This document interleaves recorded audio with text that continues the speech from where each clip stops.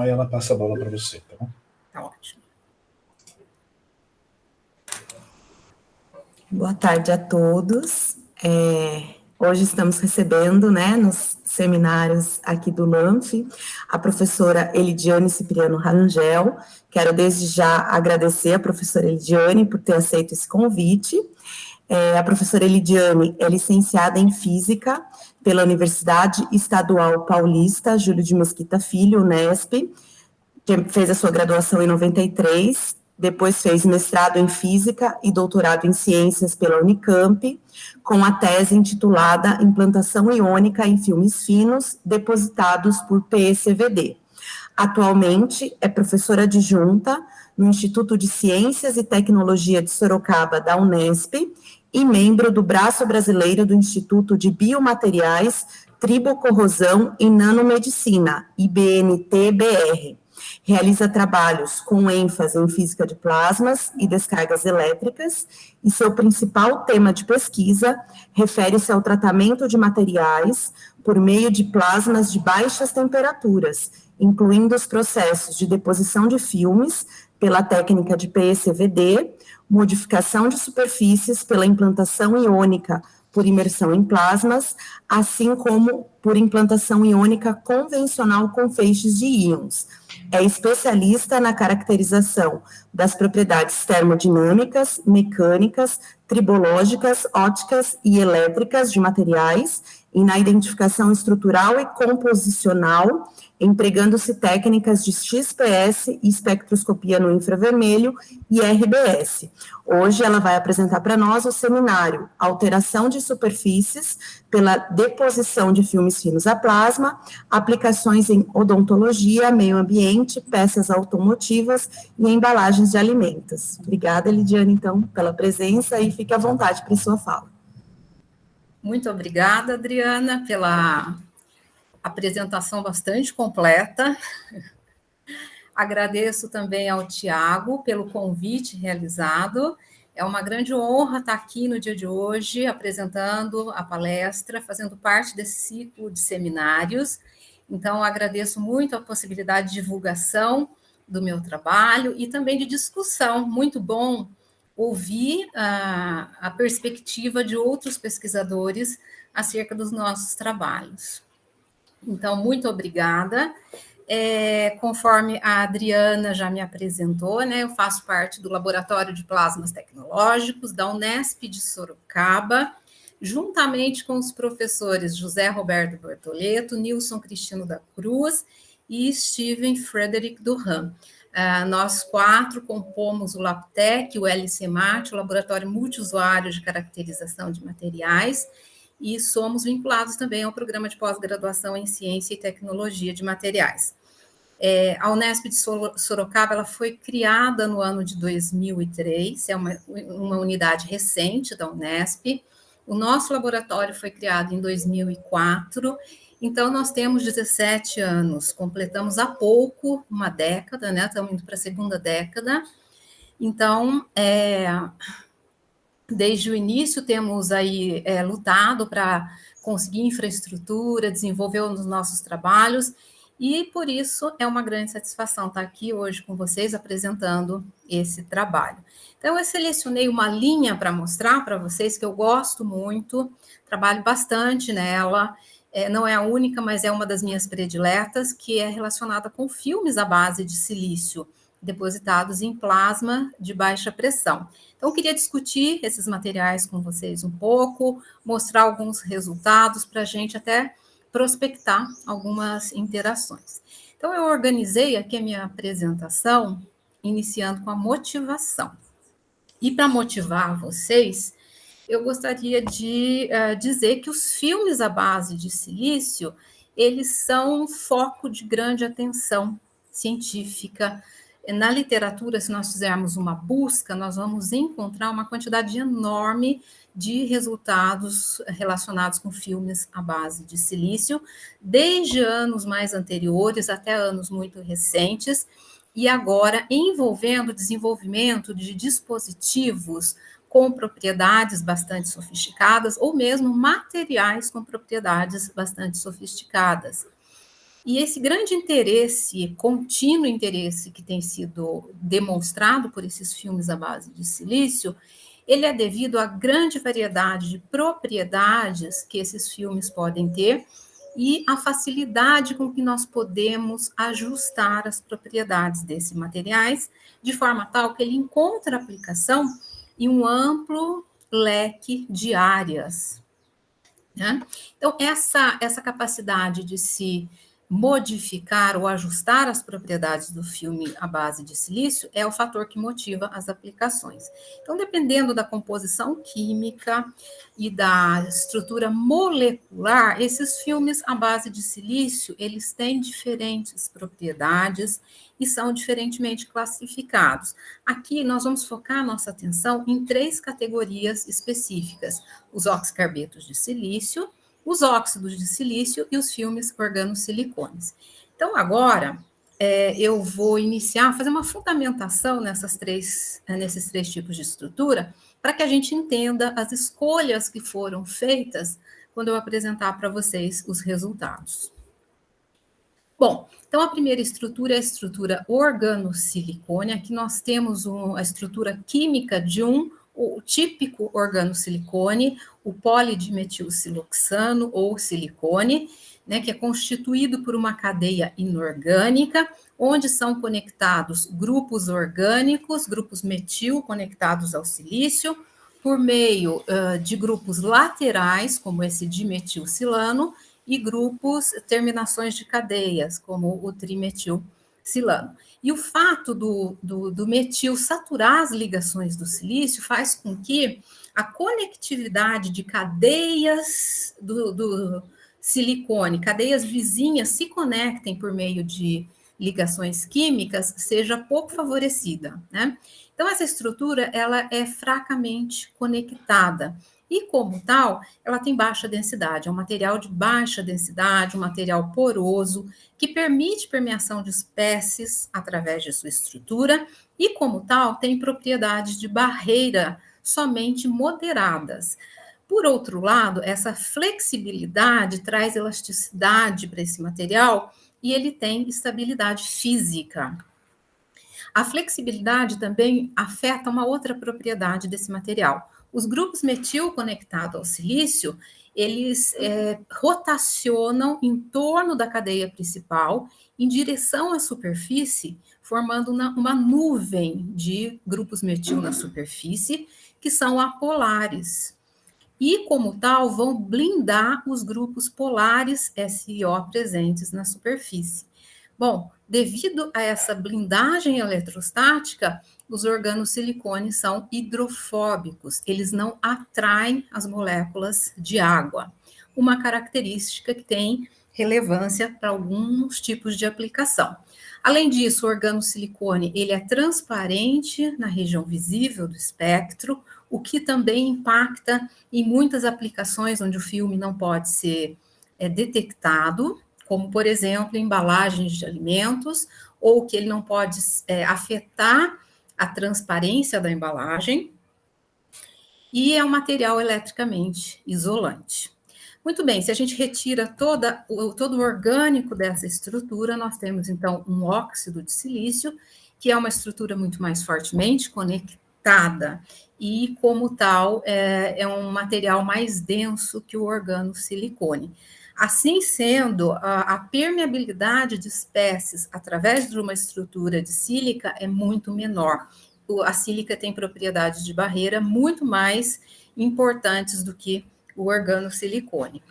Só que a sílica, ela tem problemas com baixa estabilidade física, principalmente quando a gente considera impactos, geração de trincas e também defeitos gerados no processo de preparação da estrutura que se propagam através de toda a espessura da camada e afetam alguma das aplicações. A sílica também para ela ser muito bem conectada, ela é mecanicamente mais resistente e quimicamente mais resistente. Também é transparente e isolante, só que ela é hidrofílica. A sílica tem uma alta receptividade à água, a água se espalha sobre a sílica, uma vez que aqui nós não temos a blindagem promovida pelos grupos metil. Agora, uma outra estrutura que é uma situação intermediária entre o organosilicone e a sílica é o oxicarbeto de silício. Então, nessa estrutura, silício, carbono e oxigênio se organizam de forma tal que essa estrutura tem propriedades intermediárias com relação às duas estruturas anteriores, principalmente quando a gente considera a receptividade à água. A sílica, o oxicarbeto de silício, ele não é tão hidrofílico como a sílica, nem hidrofóbico como o organosilicone. Então, é uma situação intermediária de receptividade, porém, é um material com boa conectividade, um material denso que apresenta boa estabilidade física e que pode ser uma alternativa interessante em algumas situações para as duas camadas anteriores. Então, com isso, nós vamos trabalhar com essas três estruturas e a gente percebe que, dependendo de como o material é organizado e que tipo de elementos existem nessa estrutura, nós temos filmes com diferentes propriedades e eles são diferentemente classificados. Existem diferentes metodologias para se preparar os filmes à base de silício. Aqui nós estamos interessados em deposição em plasmas de baixa pressão. Porque nessa metodologia, a deposição vai acontecer numa pressão tão reduzida que o consumo de gases, o consumo de compostos e de energia elétrica é bastante reduzido. Então, muito embora haja necessidade de um sistema de vácuo no processo de implantação do sistema, os consumíveis, né, os custos consumíveis são muito reduzidos, o que torna essa técnica muito interessante. Além disso, a geração de resíduos é mínima e não necessariamente os resíduos necessitam de tratamento antes de serem emitidos ao meio ambiente, o que é uma outra grande vantagem, principalmente considerando-se as demandas ambientais que são impostas a muitos processos produtivos nos dias de hoje. Por isso a gente gosta tanto de plasmas de baixa pressão, né? Ok, vamos usá-lo para preparar os nossos filmes à base de silício, mas qual composto eu vou usar? Existem diferentes organosilanos que eu posso expor ao plasma para ser ativado e gerar um filme à base de silício. Dentre as várias possibilidades existentes, a gente gosta muito de trabalhar com hexametildissiloxano, essa molécula aqui que tem 6 grupos metil, todos eles conectados ao silício, 2 silícios e 1 oxigênio. Quando essa molécula é exposta ao plasma, o plasma fragmenta esse composto, gerando os precursores da formação do filme. Dependendo do grau de ativação, eu posso obter filmes com características de um organosilicone, de sílica e de oxicarbeto de silício. Então, eu posso controlar os parâmetros do plasma e conseguir filmes com diferentes características usando esse composto. A vantagem dele com relação aos demais compostos é que ele é um composto fácil de comprar, a gente acha no mercado, ele é barato, não é tóxico e tem uma pressão de vapor alta, o que torna a evaporação do composto para dentro do reator muito simples, tá? Então, esse é o nosso querido aí, a gente trabalha bastante com ele. E eu espero ter justificado aqui porque filmes de silício depositados em baixa pressão usando os plasmas excitados a partir do hexametildissiloxano, que a partir de agora nós vamos chamar de HMDSO. Ok, com essa motivação aqui, introdução, com esses conceitos todos, a gente pode então começar a ver alguns dos resultados de algumas linhas de pesquisa que eu desenvolvo aqui em Sorocaba. O primeiro deles é relacionado com o controle da molhabilidade de superfícies, especificamente da poliamida 6, um plástico de engenharia que é muito conveniente, muito utilizado na indústria automotiva para fazer peças de automóveis e também embalagens de alimentos. Nós já trabalhamos com essas duas indústrias com a poliamida. A poliamida é muito interessante, o custo é bom, ela é fácil de ser processada, só que ela é higroscópica, ela é hidrofílica. Em dias úmidos, ela absorve água incha e muda o dimensional das peças automotivas. Então, integrantes da indústria vieram até nós e falaram, olha, a gente tem esse conveniente, como que a gente contorna esse problema? Ora, substitui a poliamida por Teflon. Teflon não vai absorver água. Não, mas não dá. Teflon é muito caro, é inviável de substituir a poliamida pelo Teflon. Ok, como a absorção de água e o enrichamento depende da interação de espécies do meio com espécies da superfície, a proposta aqui desse trabalho foi a seguinte: que tal se a gente revestisse a poliamida com uma camada barreira, que inibisse o contato dessas espécies, desse vapor com a estrutura da poliamida, então evitasse esse problema. Então foi isso que a gente fez, depositamos um filme à base de silício que pudesse atuar como barreira, e dentre os filmes de silício que a gente consegue depositar no nosso laboratório, nós escolhemos um que é hidrofóbico, né? O material hidrofóbico seria também uma alternativa consistente, não seria só isso, mas também seria interessante. Então foi isso que a gente fez, investigamos o efeito da deposição de filmes hidrofóbicos na superfície da poliamida. As deposições foram realizadas em um reator capacitivamente acoplado, nesse caso aqui, um reator de vidro, um reator feito em casa, né, caseiro, que nós mesmos construímos. As amostras de poliamida foram posicionadas no eletrodo inferior, o sistema foi fechado, foi bombeado, então, até a pressão de base, e os compostos de interesse foram admitidos: hexametildissiloxano, diluído em oxigênio e argônio, até a pressão de trabalho, e o plasma excitado, então, pela aplicação de radiofrequência ao eletrodo inferior, onde as amostras se encontravam. O tempo de deposição foi de 20 minutos e nós variamos aqui nesse estudo a proporção dos gases de diluição. Mantivemos 70% de hexametildissiloxano e variamos a proporção da mistura aqui dos gases de diluição entre 0 e 30%, mantendo a pressão constante, né? Porque, né, a ideia aqui era manter o filme um organosilicone para que ele ficasse hidrofóbico.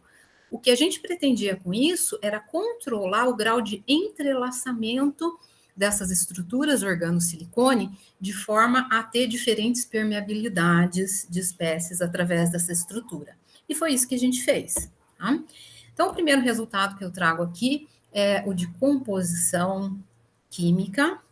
Aqui a gente tem a proporção atômica de carbono, oxigênio e silício que foram detectados na superfície da poliamida, que foi exposta ao plasma de deposição, usando-se diferentes proporções de oxigênio, né? Como a gente pode notar, todas as superfícies apresentaram essa composição, indicando a presença do filme, então, de um filme à base de silício. Em todas as situações, carbono é a espécie majoritária, ali com cerca de 50%, oxigênio e silício aparecem com proporções menores, em torno de 25%, o que me remete a uma estrutura organosilicone, já que o organosilicone convencional, o polidimetilsiloxano, ele tem 50% de carbono, 25% de oxigênio e 25% de silício. Então, para nós, essa estrutura parece muito mais com um organosilicone do que com uma sílica, um oxicarbeto ou qualquer outro filme à base de silício, né? Indicando, então, que eu tenho essas espécies todas que aparecem na estrutura organosilicone. Além de avaliar a proporção dos elementos aqui, nós também avaliamos a composição, a estrutura molecular dos nossos filmes. Aqui nós temos os espectros de infravermelho das amostras preparadas com diferentes proporções de oxigênio, como também da poliamida não revestida. E nos espectros dos filmes, o que é destaque para nós? A presença dessa banda intensa que domina o espectro em torno de 1000 centímetros a -1, que é relacionada a grupos da sílica, do óxido de silício, a banda em 1260, vizinha aqui, que é relacionada a organosilicones, grupos metil conectados ao silício, metilcilil, como está aqui, olha, dimetilcilil ou trimetilcilil. Essa banda caracteriza esses grupos e também grupos CH, confirmando que todas as amostras, todos os filmes são, de fato, estruturas muito parecidas com organosilicones e com pequenas variações na proporção de hidrogênio e na proporção de carbono, de forma tal a variar esse tipo de grupo que existe na estrutura e, consequentemente, o grau de entrelaçamento de cadeias vizinhas, né? Aqui seria um ponto onde a gente podia cooperar mais, né? Não, em estudo nenhum a gente tem determinação de quanto de hidrogênio tem na nossa camada, quanto de carbono, a gente estima por EDS, mas o perfil de profundidade também a gente não consegue determinar.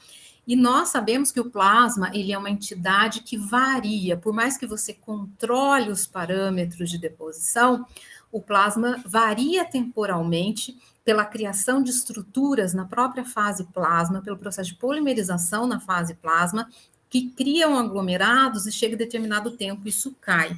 Então, isso faz com que exista um gradiente de microestrutura, um gradiente de composição, mesmo com os parâmetros todos muito bem controlados, né? E isso a gente não caracteriza nas nossas amostras. O que a gente faz é uma média pelo infravermelho, que penetra mais, pelo EDS, que penetra menos, né?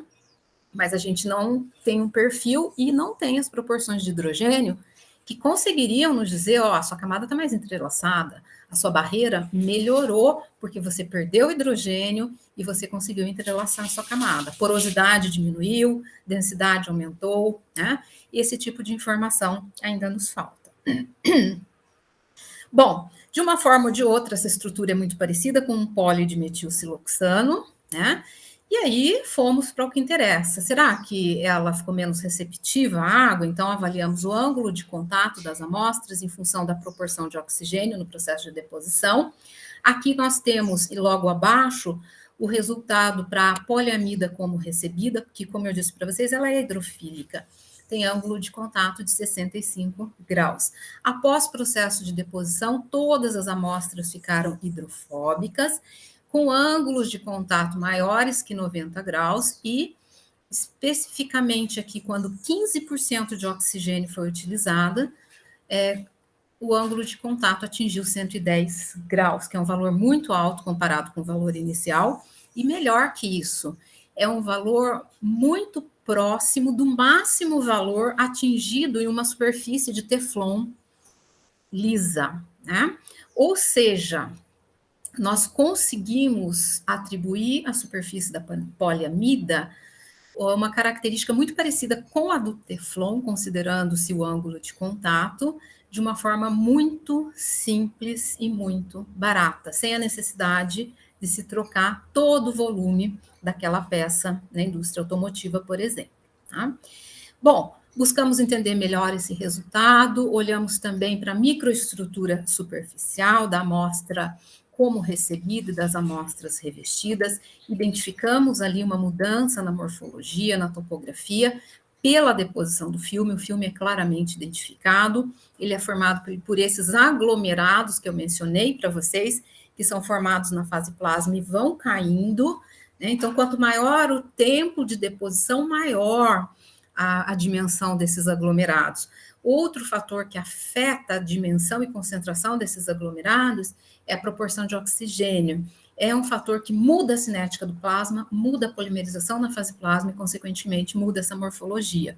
Então, nós acreditamos que embaixo dessa estrutura globular toda aqui, existe uma camada mais lisa que também promove propriedades de barreira bastante convenientes para esse tipo de camada, tá? Enfim, avaliamos aqui a topografia, a morfologia e vimos a rugosidade das amostras em função da proporção de oxigênio. Para a poliamida como recebida, a rugosidade é reduzida em comparação com as poliamidas tratadas, especialmente a que foi tratada em plasmas com 15% de oxigênio, onde nós obtivemos um valor máximo aqui de rugosidade. E, se vocês lembrarem, essa foi a condição que proporcionou também o maior ângulo de contato. Então, essa associação de resultados nos mostra que o maior ângulo de contato obtido aqui não foi só uma consequência do filme ser um filme apolar, o organosilicone, como também pelo fato dele ter uma alta rugosidade. Os dois fatores atuaram simultaneamente para tornar essa superfície menos receptiva à água. Isso foi um trabalho de conversa com uma empresa. Aí nós elegemos essa condição aqui como sendo ótima e extrapolamos um pouquinho o trabalho da empresa, fomos criar padrões regularmente distribuídos na superfície da poliamida usando essa condição de deposição. Olha só como a poliamida ficou, né? Com padrões de altos e baixos, onde eu tenho filme e regiões que foram sombreadas por uma máscara. É uma máscara metálica comercial que nós pressionamos sobre a poliamida e criamos esses padrões, que são importantes para uma série de aplicações de polímeros, criações de padrões micrométricos na superfície de polímeros, para a criação de curativos, liberação de medicamentos ou cultura seletiva de micro-organismos em determinadas regiões, construção de dispositivos. Então, essa metodologia tem uma aplicação visando a criação de outros dispositivos. E com ela, a gente conseguiu criar esses padrões em uma região centimétrica da superfície da poliamida, né? Isso pode ser feito em outro tipo de material, metal, outro polímero, sem defeitos, que é um grande problema desse tipo de processo de padrões. E, além dos padrões topográficos, também criamos padrões químicos, né? Então, eu tenho regiões aqui em que eu tenho abundância de silício, em outras regiões eu tenho abundância de carbono. Então, a gente consegue brincar tanto com a química quanto com a topografia dessas superfícies, de modo a construir dispositivo usando esses materiais. Okay? Então, como eu disse para vocês, não vou nem concluir, eu vou preferir passar os pontos aqui em que a gente pode ter uma interação, né? A gente precisa melhorar a caracterização estrutural desse material, a composição química, eu preciso conhecer melhor como é a minha estrutura. Na verdade, eu imagino que a minha estrutura seja uma estrutura gradual, que ela vai sendo gradualmente transformada de uma coisa para outra, mas aqui a gente sempre trabalha com médio, valores médios, né? Quando fazemos XPS e comparamos com EDS, a gente vê diferenças. Poxa, não está batendo? Não, não é que não está batendo, é que a estrutura é realmente diferente em diferentes profundidades, né? E então, a gente precisaria determinar perfil composicional desses materiais, concentração de hidrogênio, densidade e, se possível, perfil. Isso seria de substancial importância, por exemplo, para aplicação em embalagens de alimentos. Nós já trabalhamos com embalagens de alimentos, estamos prospectando novas atuações, né? Mas as caracterizações são todas feitas baseadas nessas análises que a gente tem feito aí. Se a gente pensar agora que a estrutura não é uma estrutura homogênea, eu vou ter uma caracterização melhor do meu material, vou poder controlar melhor o plasma de forma a obter um resultado otimizado, tá? Então, isso nos falta ainda. Muito bem. Segundo conjunto aqui de resultados que eu trouxe para vocês, é relacionado também com o controle de molhabilidade de superfície, só que agora visando um efeito bacteriostático. Em superfícies agora metálicas, no titânio, tá? O titânio é um material mais amplamente aceito como implantes, tanto dentários como ortopédicos, porque ele tem boas propriedades. Só que o titânio, ele é bioinerte, ele não consegue regular a quantidade de micro-organismos naturais na boca, né, que existem na nossa boca, que aderem na sua superfície e vão se proliferando, né? Então, isso pode levar à formação de biofilmes bastante agressivos, que são as principais causas de falha nesses tipos de tratamentos dentários. Por conta disso, existe na área de odontologia uma linha muito forte de pesquisa sobre tratamentos da superfície de titânio para regular a formação de biofilme. Nesse trabalho aqui, a Faculdade de Odontologia da Unicamp nos procurou e eles queriam um titânio superhidrofóbico, né?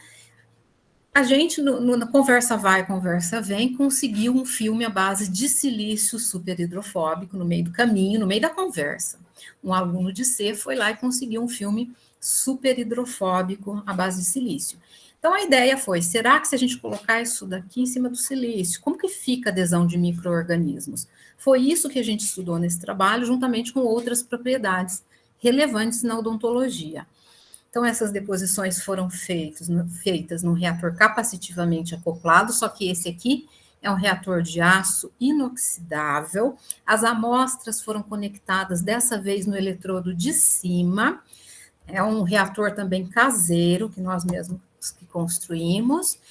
E, então, o sistema foi fechado, foi bombeado, os compostos foram admitidos até a pressão de trabalho, e o plasma foi excitado com radiofrequência aplicada ao eletrodo inferior.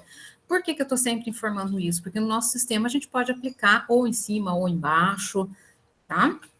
Então, eu sempre informo para saber. Então, as amostras foram posicionadas em cima e o plasma foi excitado pelo eletrodo inferior. O tempo de deposição foi de 1 hora e nós avaliamos o efeito dessa deposição nas propriedades de superfície do titânio. Então, esse gráfico aqui mostra o ângulo de contato das duas amostras do titânio como recebido, que era hidrofílico, com ângulo de contato abaixo de 50 graus, mas se tornou super hidrofóbico após a deposição do filme, como a gente já previa, que a gente já havia preparado esse filme antes, né? Então, superfície super hidrofóbica, queríamos entender melhor esse resultado, então avaliamos a estrutura química do material. Aqui nós temos o espectro de infravermelho desse filme, onde nós podemos detectar os grupos relacionados com óxido de silício da estrutura principal, os organosilicones e os grupos orgânicos. Opa, tudo que eu quero, organosilicone. Só que, quando a gente olha, aí também tem bastante OH aqui, olha, essa bandona grande é OH. O CH é esse ombrinho aqui, né? Quando a gente olha nessas intensidades relacionadas aqui com grupos orgânicos e organosilicones, ela está muito reduzida comparada com os de grupos óxidos. Então, a gente pensou, será que isso é realmente um organosilicone?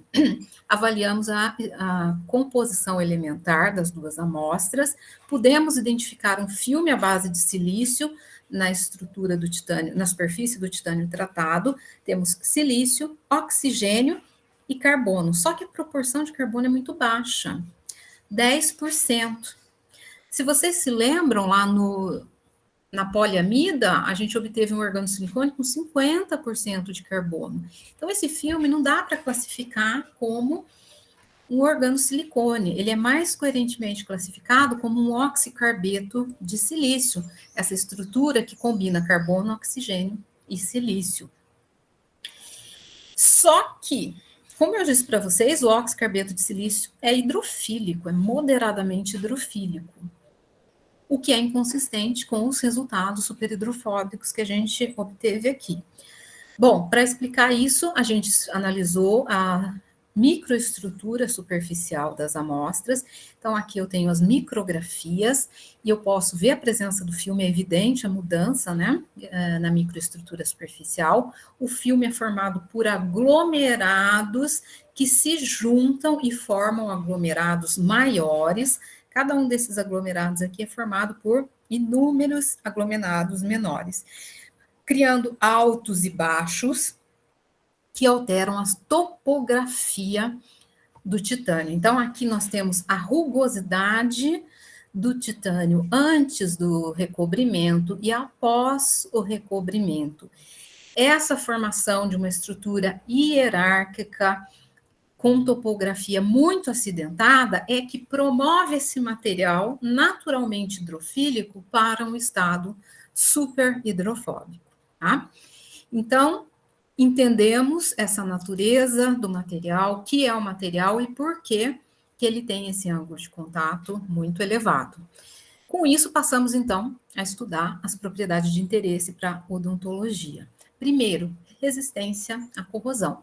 É um parâmetro importante porque a boca tem saliva, que é um meio agressivo para os implantes, né? Então, nós investigamos a resistência à corrosão das nossas amostras imersas em saliva artificial por espectroscopia de impedância eletroquímica, em que você aplica uma diferença de potencial de frequência variável e mede a corrente, né? Com isso, com esses experimentos, a gente tira o módulo da impedância desse circuito que a gente está analisando. Então, aqui nós temos o módulo de impedância, e no eixo da direita, o ângulo de fase entre o sinal de tensão e corrente para as duas amostras. Para o titânio controle, verde, e para o titânio revestido, o titânio com superfície superhidrofóbica. Então, o que a gente pode observar é um aumento na impedância do sistema, indicando uma maior oposição à passagem da corrente e, então, uma melhora na resistência à corrosão. E essa melhora foi de ordens de grandeza, como nós podemos notar aqui, né? O titânio já é um material bastante resistente à corrosão, ele tem aqui impedância maior que 10 a 6, o aço carbono é em torno de 10 a 3, né? Então, foi aumentada lá quase para 10 a 10, que é muito alto. E olhando para as curvas de ângulo de fase, nós podemos garantir que esse aumento do ângulo de fase após a deposição do filme nos mostra que a proteção contra a corrosão é fornecida pelo aspecto capacitivo do filme que foi depositado. Então, beleza, ótimo, protege contra a corrosão. Avaliamos a toxicidade do filme superhidrofóbico, fazendo crescimento de células fibroblásticas, adesão e proliferação dessas células em diferentes dias nas duas amostras. Então, ao final, nós podemos perceber que não há diferença significativa no número de células formadas, ou seja, o filme superhidrofóbico não é tóxico para esse tipo de célula, o que é uma característica bastante interessante, porque depois ele vai ser implantado, né, na cavidade bucal. E, por fim, avaliamos o crescimento de biofilmes. Um biofilme a partir de bactérias, outro de fungos, mas ainda não avaliamos vírus, nós precisamos fazer esse outro trabalho, né? Como que fica a adesão de vírus nessa superfície. Então, aqui nós temos os resultados para as duas amostras. Em verde, nós temos o volume de biofilme formado no titânio como recebido no titânio superhidrofóbico. E a gente percebe uma redução substancial no volume de filme formado, mostrando que o material é bacteriostático. Ele não atrai as células, ele não torna a superfície atrativa para essas células, então elas não se aderem e há uma redução substancial na formação de biofilmes, que é também uma característica muito interessante se a gente pensar que a gente não está liberando drogas, né? Não está liberando nenhum medicamento, nenhum antibiótico nessa situação. É uma simples questão química, de afinidade química. Bom, nesse trabalho também seria muito interessante a gente conhecer, da mesma forma que o anterior, a estrutura do nosso filme superhidrofóbico. A gente acredita que esse filme, ele é diferente em diferentes profundidades. Na verdade, nós fizemos outros testes que foram pedidos antes da publicação, diminuindo-se o tempo de deposição. Quando foi diminuído o tempo de deposição, muitas dessas aspiridades começaram a desaparecer, e o filme não ficou mais superhidrofóbico, tá?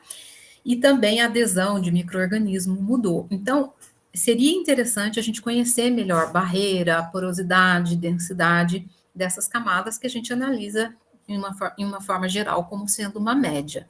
Então, todos esses parâmetros aqui aumentariam muito a qualidade dos trabalhos que a gente desenvolve.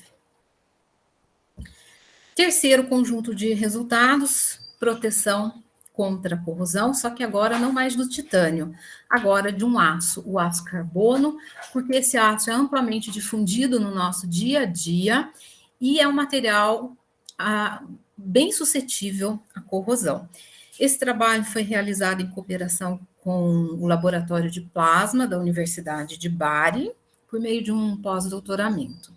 Então, aqui, a corrosão é um fenômeno natural, né, que depende da interação de espécies do meio operacional com espécies da superfície, e que produz a degradação, a perda de propriedades do material, e que tem que ser olhado, né, porque senão pode ter consequências catastróficas.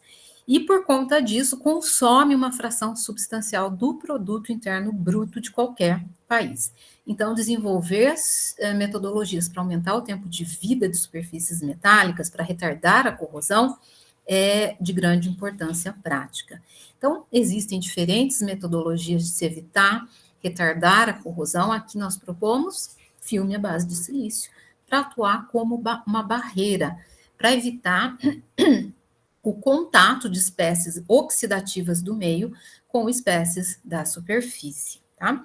Já trabalhamos com diferentes filmes barreira, filmes de óxido de silício, que são aquelas estruturas mais fechadas, mais compactas e densas, mais resistentes. Já trabalhamos com os organosilicones, que são mais esponjonas, mais abertas, mais que a gente consegue controlar o grau de entrelaçamento dessas cadeias, sem alterar a natureza do organosilicone, e aí alterando a barreira do filme. Só que nesse trabalho aqui vou mostrar para vocês uma camada especial que combina as boas propriedades dessas duas estruturas. Uma camada que nós chamamos de camada gradual, que nós desenvolvemos sobre o aço carbono. Essa camada, ela se inicia com a estrutura de um óxido de silício e vai sendo gradualmente transformada em um organosilicone pela modificação dos parâmetros de excitação do plasma, sem interrupção e, portanto, sem a criação de interfaces que criariam possibilidade de descolamento, fragilidade nessa estrutura, tá? Então, nós criamos uma estrutura contínua que vai mudando agora intencionalmente. E com essa carência aqui de interfaces, a gente consegue aumentar a espessura da camada sem problemas de descolamento, desprendimentos, o que é um fator importante para esse tipo de aplicação. Ok, começamos então o trabalho procurando as condições ótimas para depositar o óxido de silício, que foi obtida utilizando seu HMDSO, diluído em argônio e muito oxigênio.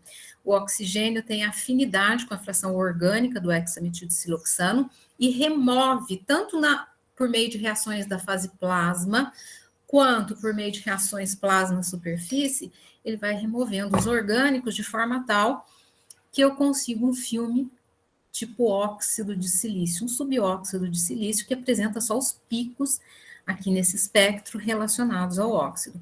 Por outro lado, para o filme organosilicone, nós conseguimos otimizar diluindo o HMDSO em argônio, sem oxigênio. Então, nessa situação, os grupos orgânicos são preservados e a gente vê aqui no espectro seguinte todas as bandas relacionadas com os grupos orgânicos, como também inorgânicos, mostrando que essa estrutura é, de fato, um organosilicone. A camada gradual foi obtida combinando-se essas duas condições. Então, vamos lá. Resultados de corrosão. O aço é bastante suscetível a soluções salinas, a ambientes salinos. Então, aqui a gente fez o teste de impedância usando uma solução salina. Então, aqui nós temos os efeitos detrimentais dessa solução para o aço carbono, né, como recebido, e esses efeitos vão mudando ou desaparecendo à medida que as camadas individuais ou as camadas graduais foram utilizadas. Nós comparamos camadas graduais de diferentes espessuras e com diferentes números de intercalações, de 2 até 4. Tá? Para quantificar esses resultados aqui, nós obtivemos daquele gráfico de impedância que eu mostrei lá para vocês, para o titânio, daquele gráfico de impedância em função da frequência, nós tiramos a resistência total do sistema, que representa a resistência, a oposição à passagem de corrente, né? Para os diferentes sistemas, em função do tempo de imersão na solução salina. Como eu disse para vocês, esse parâmetro representa bem a resistência à corrosão dos sistemas. Então, a curva mais baixa aqui é para o aço carbono como recebido, e a gente percebe que essa curva vai se elevando à medida que o aço carbono foi revestido com organosilicone, a sílica e a camada gradual, todas de mesma espessura. Então, houve um deslocamento vertical aqui das curvas, sendo que o salto foi muito maior quando a camada gradual foi utilizada, indicando aqui a importância desse processo de graduação estrutural. Aí avaliamos o efeito da espessura para essa mesma camada, aumentamos para 2 microns. Olha só, essa curva em azul. O salto não foi tão grande, né? Dobramos a espessura e o salto não foi tão grande assim, mostrando que a intercalação é mais importante que a espessura.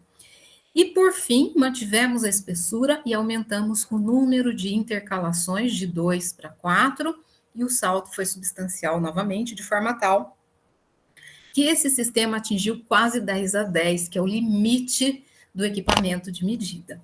Ou seja, nós tornamos o aço carbono um material extremamente resistente à corrosão, um material que se tornou mais resistente que aços inoxidáveis, que o próprio titânio, né?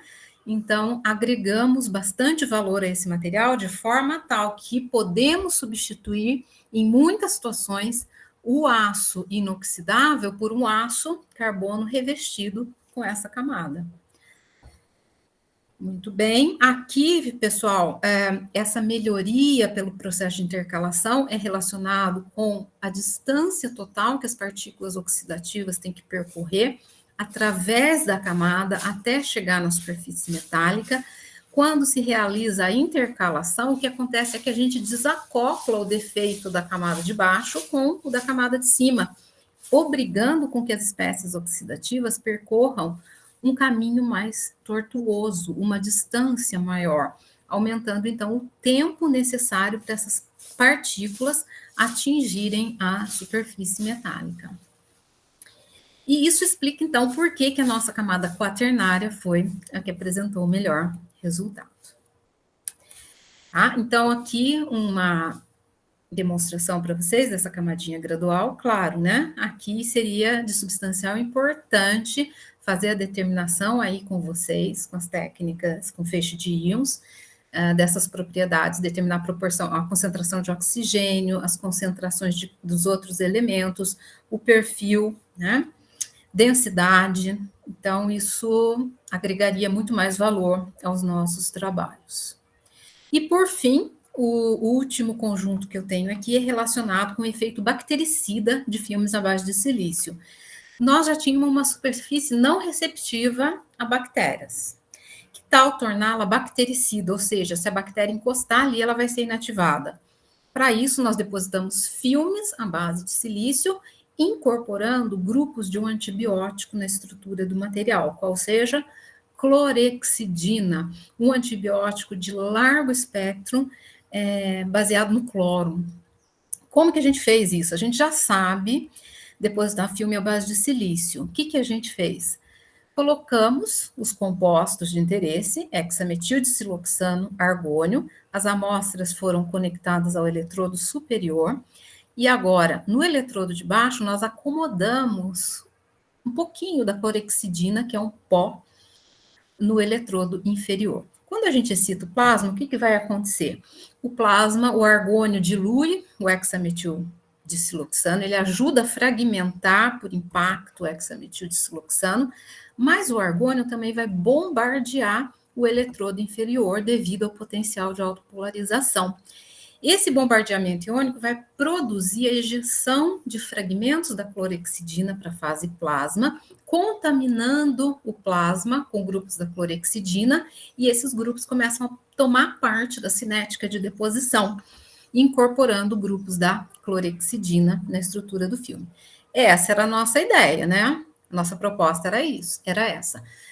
Variamos aqui o tempo de deposição e avaliamos aí como é que ficou a superfície do titânio revestida com esse filme. Então, essas duas primeiras micrografias aqui de cima representam o titânio como recebido, não tratado, e o titânio, que foi revestido em plasmas na presença somente do hexametildissiloxano, ou seja, eu não tenho clorexidina aqui.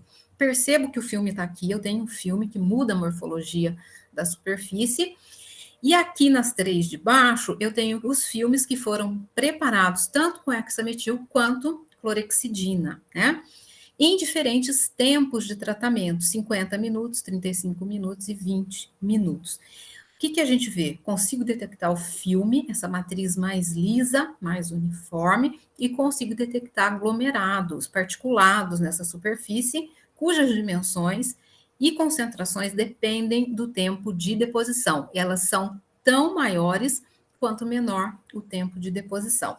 Esse material particulado apresenta cloro, então nós analisamos por EDS, então aqui as 3 amostras que foram depositadas na presença de clorexidina, apresento aqui essa barrinha intermediária, nós detectamos cloro, né, em diferentes proporções.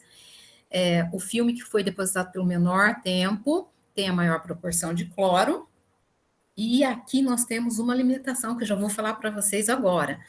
O que é o problema aqui? Nós não sabemos se a gente incorporou só cloro ou a clorexidina, ou algum outro tipo de fragmento da clorexidina. Qual foi a concentração? Porque isso, para a odontologia, é uma resposta essencial e que a gente ainda não conseguiu responder, né? Então, muito embora tenha cloro na superfície, muito embora os testes de formação de biofilme tenham mostrado que houve redução na formação de biofilme em diferentes tempos, sem afetar o crescimento de células fibroblásticas, a gente ainda não sabe responder quem teve essa atuação, se é o cloro ou se foi um grupo específico da clorexidina, porque se for só o cloro, eu não preciso comprar um antibiótico caro para incorporar na superfície do meu biomaterial. Eu posso usar um composto aí do dia a dia, mais simples de trabalhar, mais barato, e incorporar somente o cloro. Então, isso ainda nos falta, talvez vocês possam nos ajudar nesse desafio aí. Aqui eu coloquei aqui, ó.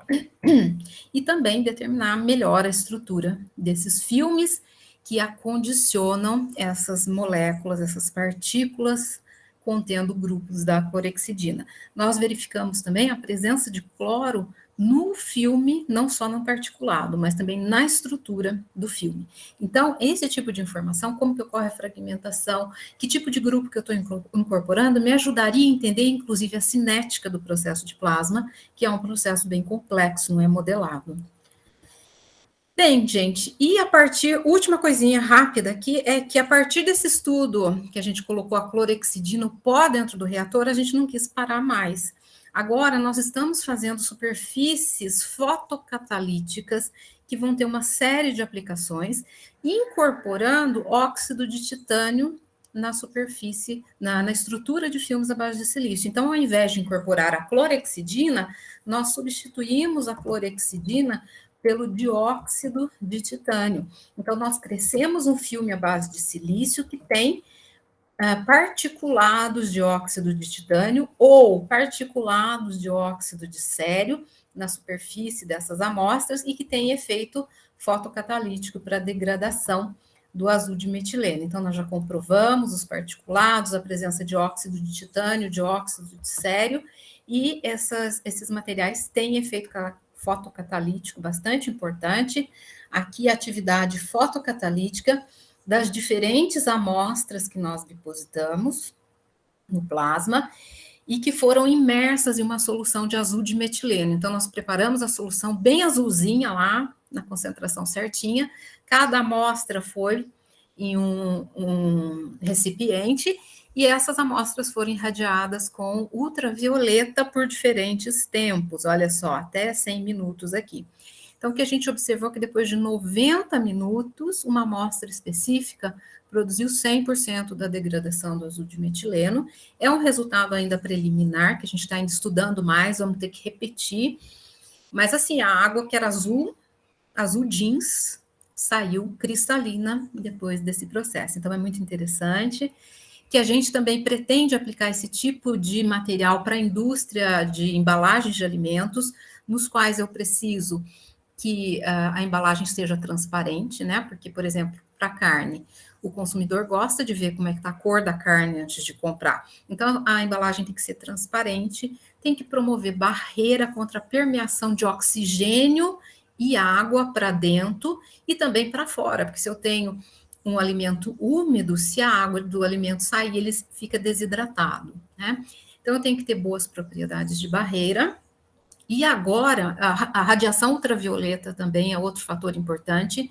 A radiação ultravioleta penetra muito das embalagens plásticas e a interação com o alimento torna a cor do alimento desagradável.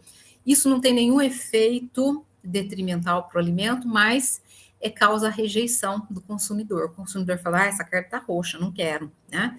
Então, as embalagens de alimentos têm que ter essas propriedades de barreira ultravioleta também.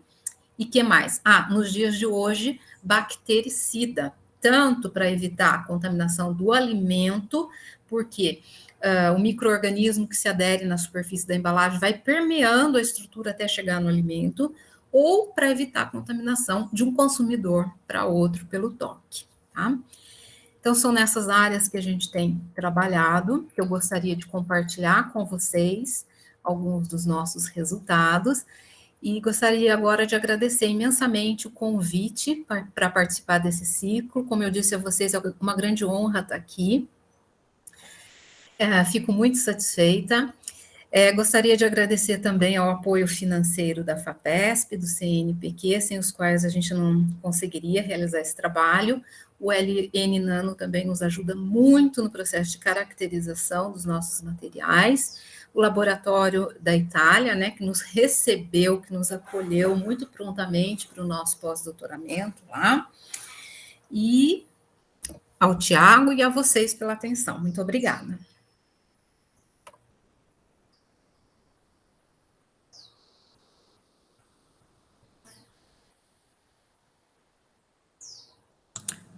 Obrigada, Elidiane, pela palestra.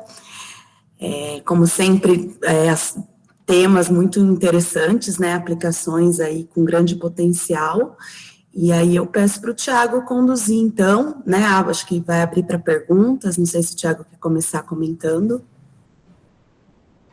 Eu queria começar agradecendo a Lidiane, muito boa apresentação, muito interessante.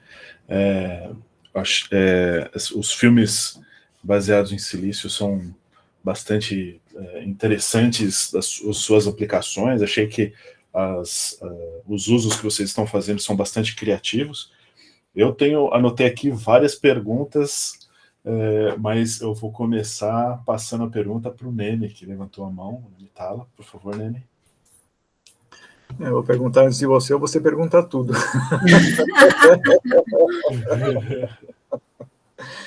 Não, eu tinha curiosidade, está certo? Eu não entendi se você comentou a adesão do filme eu não vi esse tipo de informação na sua apresentação. Porque uma coisa que me preocupa um pouco quando a gente faz análise, principalmente com os feixes mais leves do LENF, não, mas os feixes mais pesados do Pelletron, é que às vezes o filme some quando você coloca o feixe, tá certo? Então essa parte da adesão e de como ele está é importante. Isso e a homogeneidade também do filme. Você falou de uma certa... que ele fica granulado, tá certo? Mas eu acho que eu queria entender mais como é que fica a homogeneidade do filme ao longo da horizontal. Sim, na vertical. Né? Não, ao longo da horizontal a repetibilidade é tranquila. É claro que a gente sempre mantém a posição de uma determinada amostra fixa dentro do reator com relação aos eletrodos.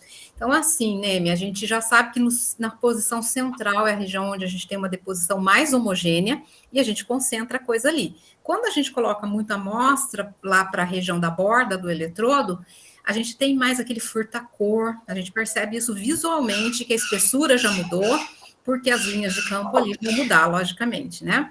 Então, a gente evita isso. De uma forma geral, a gente tem tido o recobrimento, ele é muito uniforme, se eu pegar microscopia eletrônica de varredura e fizer uma inspeção na superfície, é tudo muito uniforme. A questão de espessura também é uniforme, se eu medir o degrau lá em diferentes posições também, ele dá, porque a gente já faz esse controle. Então, com relação à uniformidade, não nos preocupa. Com relação à adesão, geralmente esses filmes que a gente joga para essas aplicações fora do nosso laboratório já costumam ter sido testados, terem uma boa adesão, uma adesão satisfatória para a realização do estudo, especialmente esses que vêm em contato com soluções aquosas, que muitas vezes você tem um composto que ele absorve água, ele incha, ele trinca. Então, não seria só uma questão também de adesão, mas seria uma questão da coesão estrutural que aguentaria esse esquenta, esfria, incha e volta. De uma forma geral, não temos tido os problemas, né? Porque nos implantes Agora, eu vou te falar uma coisa que eu nos concordo implantes de com titânio é importante, né? Nos implantes de titânio é importante você ter uma boa adesão mecânica também, né? Porque se você não... Na hora de você travar o implante, se ele não tiver ele já sai. uma boa adesão mecânica, a coisa... Sim. Né? E agora eu vou te dizer o que eu pensei aqui quando você falou, que eu também não tinha pensado, mas o próprio feixe de íons, dependendo da estrutura que a gente for analisar, ele vai alterar as propriedades da estrutura, né? Porque muitas... Vai. É um organosilicone, você tem ali um bombardeamento com feixe de íons. Mais perguntas, né? Eu deixo para os outros, se não tiver. Se você não tiver mais nenhum, se você deixar algum, eu falo depois. Tá bom. O Fábio levantou a mão. Fábio, por favor. Boa tarde a todos. Olá, professora. Parabéns pela apresentação. Em relação ao primeiro estudo de caso que a senhora mostrou, que é a deposição de filme em uma peça automobilística, eu gostaria de saber se esse filme possui uma vida útil ou não, porque uma vez, talvez a peça dentro do carro, quanto tempo de vida útil possui esse filme? Teríamos que avaliar na aplicação prática específica, Fábio, o que não foi feito, né? Aqui no caso dessa aplicação. O que a gente fez foi testar o filme, né, a característica de molhabilidade, mas assim, o projeto não foi até o ponto da gente testar a durabilidade disso. Entretanto, isso aqui é uma peça que ela não tem movimento relativo. É uma peça que não vai ficar friccionando com relação a outra. É claro que ela tem que ter uma estabilidade física a ponto de sobreviver, né? Mas eu acredito que isso, como ela é uma peça já pouco assim reativa com o meio, ela é uma peça que vai ter uma certa durabilidade. Teríamos que fazer testes de risco, porque como o Ney me falou, uma peça que você vai ajustar ela no lugar. Se você risca, você tira a proteção, né? Então, teríamos que desenvolver quais são os requisitos específicos para esse tipo de aplicação que realmente não foram realizados. Agora, pense só, eu poderia, num caso como esse, usar essa característica de rugosidade e de apolaridade dessa superfície e também colocar uma camada sobre essa muito fina de um óxido de silício, que é uma camada mais dura, sem perder a topografia da superfície, de forma a tentar manter o material hidrofóbico ou até superhidrofóbico, se fosse o caso, né? Então, assim, quando a gente vai aplicar, é claro que a demanda da aplicação não é a mesma da demanda dos estudos científicos, mas tem como sanar também. Ok, muito obrigado pelo esclarecimento. Então, Lidiane, chegamos na minha vez. Eu fiquei muito animado em aplicar as técnicas de feixes iônicos para os seus filmes, na verdade, principalmente para esse caso último que você apresentou, da transição de SO2 para oxicarbeto de silício, né? O da corrosão. Isso é uma coisa que realmente seria um desafio para a gente, seria bastante interessante ver como as nossas técnicas performam nesse caso, mas eu fiquei preocupado um pouquinho com a espessura que você reporta, né? Essas espessuras, elas são bastante grandes com relação às técnicas de feixes iônicos, né? Você tem uma resolução menor dessas camadas, ou isso é o que você consegue produzir? Isso aqui, a espessura dessas camadas é definida pelo tempo de deposição. Uhum. Pode ser que se eu diminua muito o tempo de deposição, eu produza aqui vocês chamam de fuzzy? Uhum. Eu produzo uma camada só, toda misturadinha, não dê tempo para eu estabilizar o sistema, para sair todo aquele outro composto, para começar a cinética de deposição da sílica. Então, pode ser que eu misture. Agora, o que daria para fazer? Lateral? Você não consegue fazer sessão lateral? Não, mas aí não... Não, lateral não. Não resolve, né? Porque assim, a gente tem muito mais resolução com feixe de alfa, né? Daria para fazer essas medidas com feixe de prótons, mas, enfim, tem alguns problemas. Por exemplo, eu conseguiria medir o hidrogênio só nessa primeira camada, não na... E você não consegue selecionar aqui a posição? Se eu te der uma seção assim transversal, você não consegue? Não.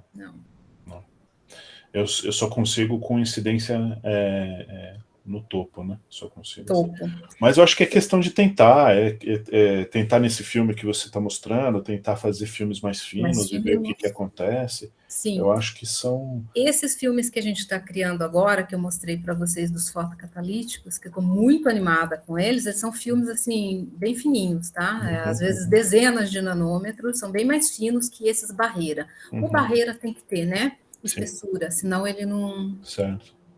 Então, esses outros aqui que a gente está criando agora, para superfícies autolimpantes, eles são bem mais fininhos.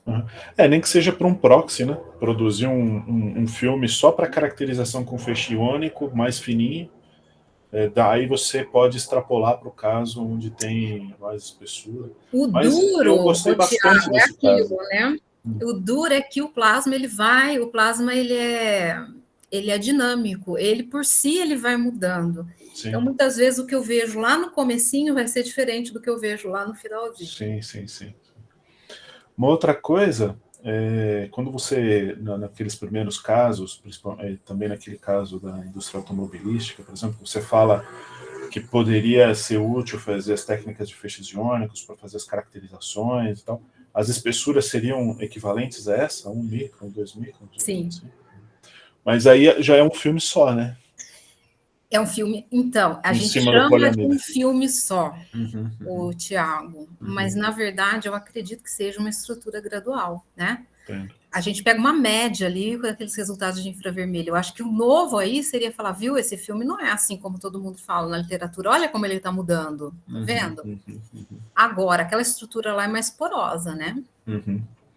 Essa era uma outra coisa que eu ia te dizer, quer dizer, a gente tem alguns métodos para tentativa de medida de porosidade, né? Então, porque você com um microscópio eletrônico você vê a porosidade na superfície, mas em princípio a gente conseguiria fazer uma medida de porosidade, um indicativo de porosidade ao longo do filme, né? Ou pelo menos médio dentro do filme, né? Essa poderia ser uma outra forma de se explorar as técnicas de feixe iônico para analisar os seus filmes. Perfeito. Quando você vê estruturas assim, por exemplo, que você está mudando a concentração de oxigênio e você vê que tem uma variação topológica, né? Você acredita que é o filme que está sendo produzido fica mais rugoso, ou você acha que é o oxigênio que está corroendo a poliamida? Isso era na poliamida, né? Poliamida. Não é porque... A partir do primeiro momento que você tem a deposição desse filme aqui, você cria uma camadinha organosilicone. Vamos pensar que é uma camada muito fina.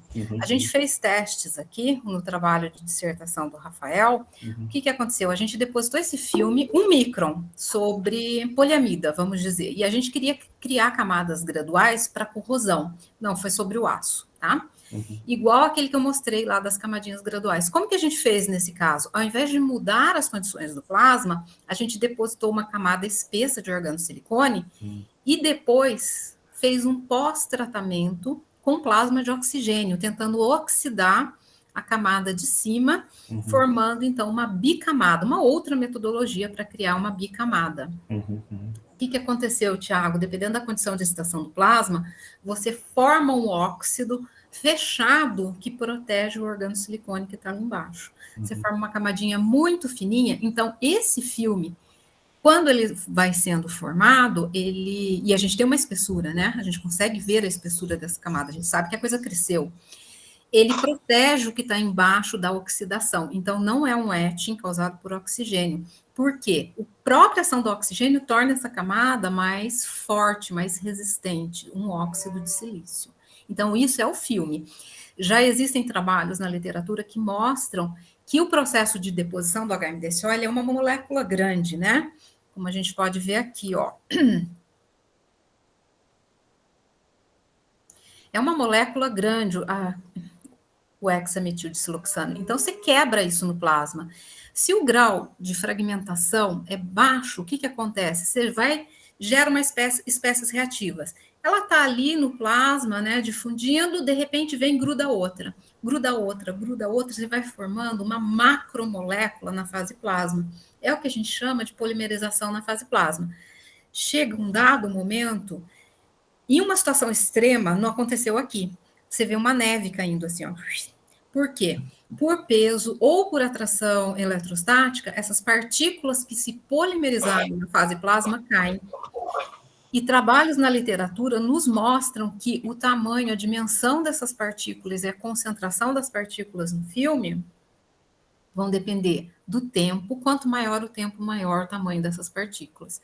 Da proporção de oxigênio, o oxigênio ajuda a fragmentar em algumas situações, mas se você aumenta muito, ele oxida muito as espécies, aí começa a não formar nada, tá?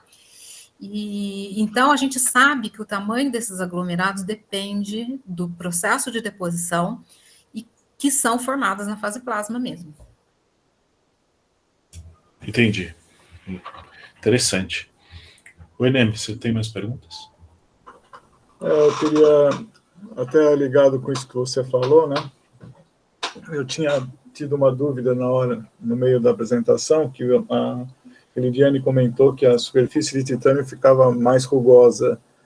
Eu estou tentando entender se era a superfície de titânio mesmo que ficava mais rugosa ou é a composição final, titânio mais o filme que você depositou e que ficou mais rugoso que antes. Porque se você está, de alguma maneira, atacando a superfície, né, você está modificando, talvez melhore a ancoragem, não sei, mas, né?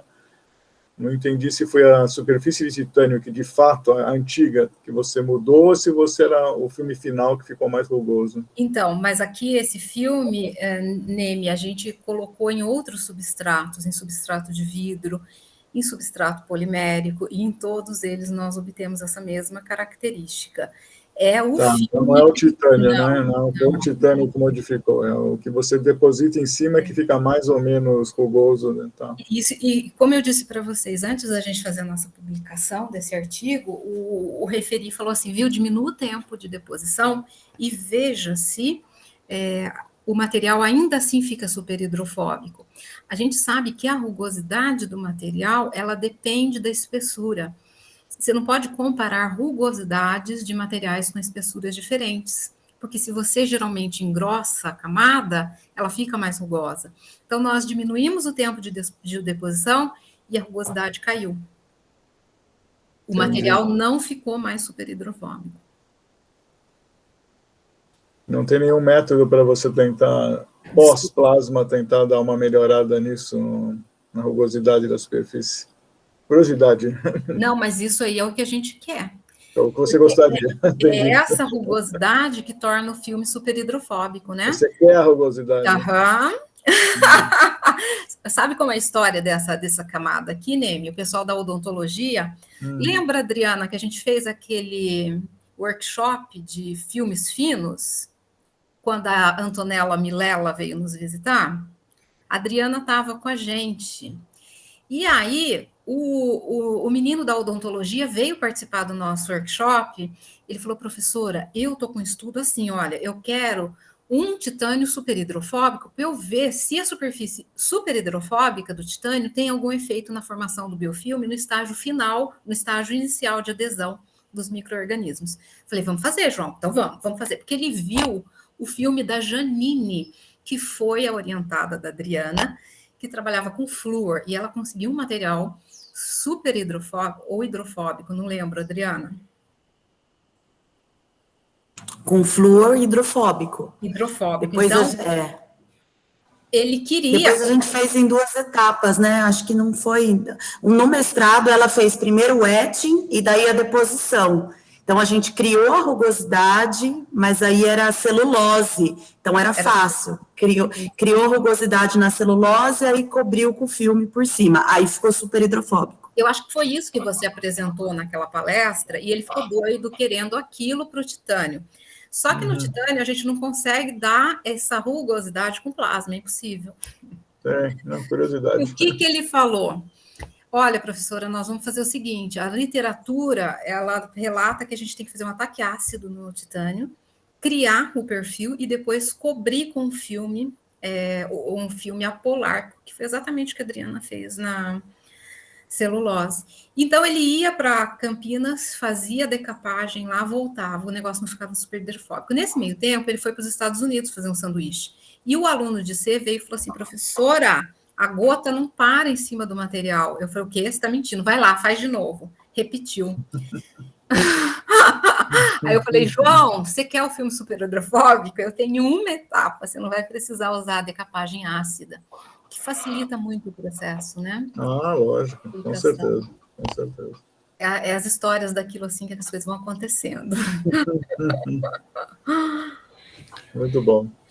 Não comentei, mas eu gostei bastante também no seminário, tá certo? Muita coisa interessante, aplicações muito interessantes, tá? É uma honra, viu? É uma honra. Elidiane, eu fiquei curioso naquele exemplo que você mostrou da deposição com a grade metálica, né, que Sim. Você falou a respeito de microfabricação, né? Sim. Você poderia falar um pouquinho mais sobre isso? Se você tem planos, quais são as intenções? Ai, Thiago, tô velha já. Preciso de mais gente para trabalhar comigo. O Adriano não quer trabalhar comigo.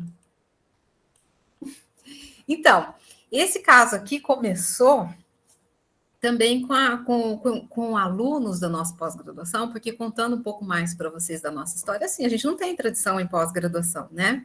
O curso de graduação, de pós-graduação em materiais, que chegou aqui para a gente, foi em 2006, né? Foi o primeiro curso de pós-graduação que a gente teve, e assim, não tinha aluno, porque o nosso curso de engenharia de controle e automação e engenharia ambiental. Os nossos alunos não vêm fazer pós-graduação com a gente, que é em materiais. Então, o que a gente tem? Alunos de indústria, que tem um perfil totalmente diferente. Os alunos de indústria não podem ter o dia inteiro, né, no laboratório. Eles vêm, passam uma hora, um final de semana, trabalham à noite, mas eles são muito mais rápidos. Tem que resolver o exercício, ele vai lá e resolve. Não é assim, amanhã eu faço, professora. Mas, então, a gente tem esse perfil diferente. Então, nós tínhamos ainda temos muito alunos de indústria, e eles vêm com esses problemas para a gente. E aí, a gente propõe isso para eles, essas soluções. Eu acho que nessa época a Adriana estava também fazendo um projeto com a gente, isso foi um projeto FAPESP. E assim, eu posso depositar qualquer tipo de filme usando essa metodologia, mas começou com uma coisa muito simples, né?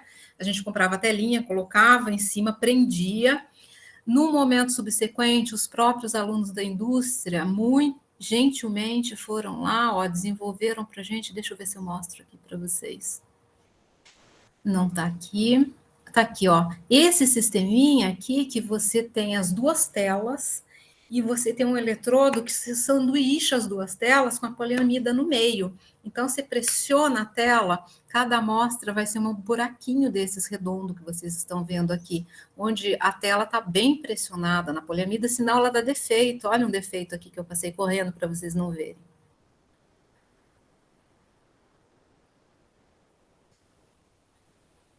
Olha essa amostra aqui.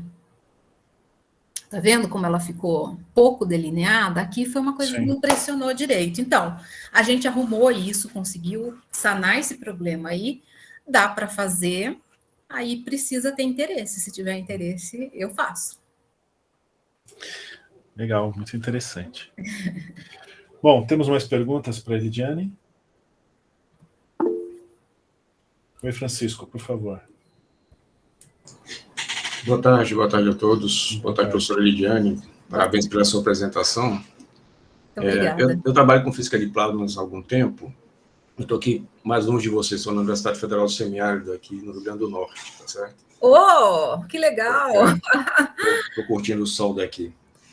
E eu fiquei com algumas curiosidades e dúvidas, e gostei muito dos seus trabalhos. Eu vi que a senhora é muito prolífica e tem uma série de linhas, aí fica difícil até de a gente lembrar tantas perguntas, né? Mas se me permitir fazer 2 ou 3 rapidinho. Fique à vontade. Uma delas, a última afirmação sua, que eu confesso que eu não entendi, a senhora disse que não era possível fazer aumentar a rugosidade do titânio. Por quê? Com os plasmas de baixa pressão que a gente usa aqui, você é baseado no sputtering e no etching dessa superfície. Para você chegar numa superfície com essa rugosidade que a gente consegue atribuir usando o filme, é muito custoso. Tá, usando então você está falando do seu tipo de plasma RF, é isso, né? Isso, Tá. O plasma de baixa pressão é difícil. Tá. Não, porque eu fiquei com dúvida, porque eu acho que alguém perguntou antes se seria bom ou ruim aumentar a rugosidade, e talvez seja interessante informar que para o pessoal que quer fazer implante, a rugosidade é boa, né?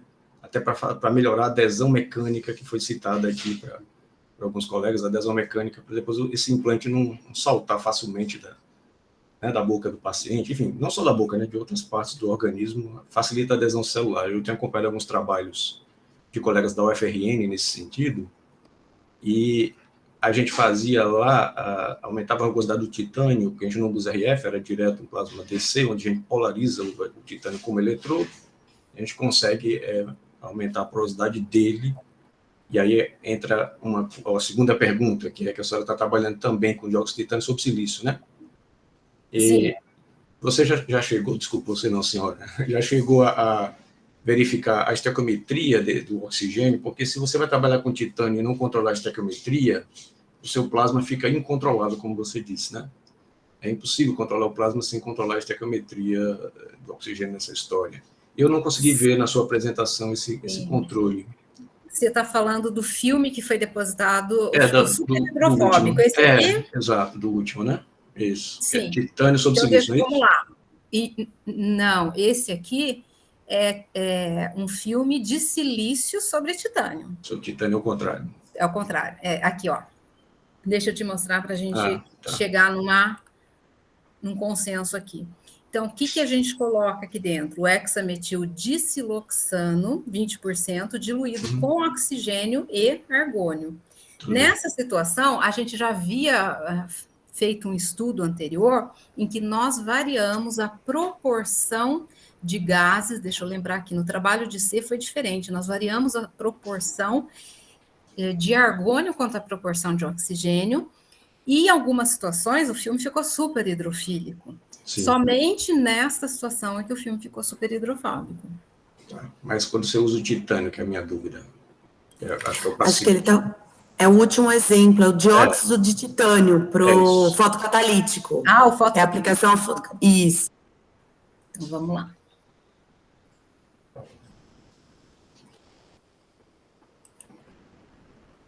Aqui, né? Aí, isso, exato. Então, a gente põe o óxido de titânio pronto. É o óxido de titânio comercial, aquele que tem lá a proporção exata. Eu não me lembro, acho que é 25% de rutilo e 75% de anatase, que é a combinação que mais favorece o efeito fotocatalítico. Então, a gente já põe o bichinho pronto. Só usa argônio, né? Isso, argônio e o hexametildissiloxano. Sim. Então, vejam, o filme que a gente tem aqui, eu não apresentei isso corretamente para vocês, mas assim, o que a gente observou foi o seguinte, que tem inclusão de titânio, tanto nessa matriz mais uniforme que a gente vê aqui, que é o filme à base de silício, como também temos titânio nos particulados. Então, a ideia desse trabalho é criar partículas de titânio presas na estrutura de um filme de silício, porque o titânio, só para o pessoal, você já deve ter conhecimento nessa área, mas o titânio, quando ele está no formato de nanopartículas, ele tem uma fotocatálise mais ativa, né? Ele tem uma eficiência fotocatalítica maior. Então, a ideia não é depositar um filme uniforme de óxido de titânio, que a gente poderia depositar, mas a ideia é ter esse óxido de titânio como particulado, e para prender o óxido de titânio na superfície, nós usamos o filme à base de silício. Por quê? O filme é transparente, o filme tem boa resistência a químicos, né? Então, a transparência é importante para a radiação chegar em todo o material particulado. Então, a ideia desse nanocompósito aqui é imobilizar o óxido de titânio no filme à base de silício. Só que a gente viu que no processo que a gente está usando, eu tenho incorporação de titânio na estrutura do filme de silício, como também eu tenho incorporação de carbono nos particulados. Sim. E trabalhos na literatura mostram que quando o titânio se liga com o silício, tem uma mudança na efetividade fotocatalítica em função da alteração do band gap do processo, do material. Normalmente se forma uma camada passivante entre eles, né? Que colabora com isso se você não conseguir controlar muito bem, né? Aí você tem alterações desse band gap, entre outras coisas, por conta dessa formação dessa camada passivante. Principalmente se você depositar os dióxido de titânio sobre silício.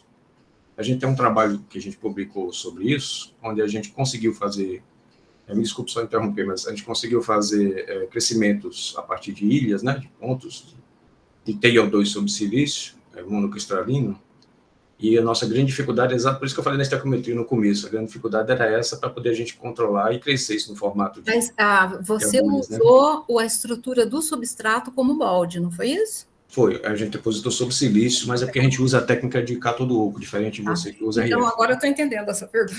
Mas é por isso que eu não tinha entendido, agora eu vi que você fez particulados, né, diferente do que a gente fazia. Nós queríamos filmes, e para isso a gente usa cátodo oco.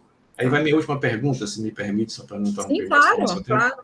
É que você falou de tantas aplicações, entre elas uma anticorrosão, né? Sim. Com características anticorrosivas. Vamos lá. Aí a minha pergunta é no sentido de que, se você testou, porque uma coisa importante, por exemplo, a indústria petrolífera, né? A indústria petrolífera usa normalmente aços APL grau 5 para você fazer esse transporte, por exemplo, de petróleo em campo.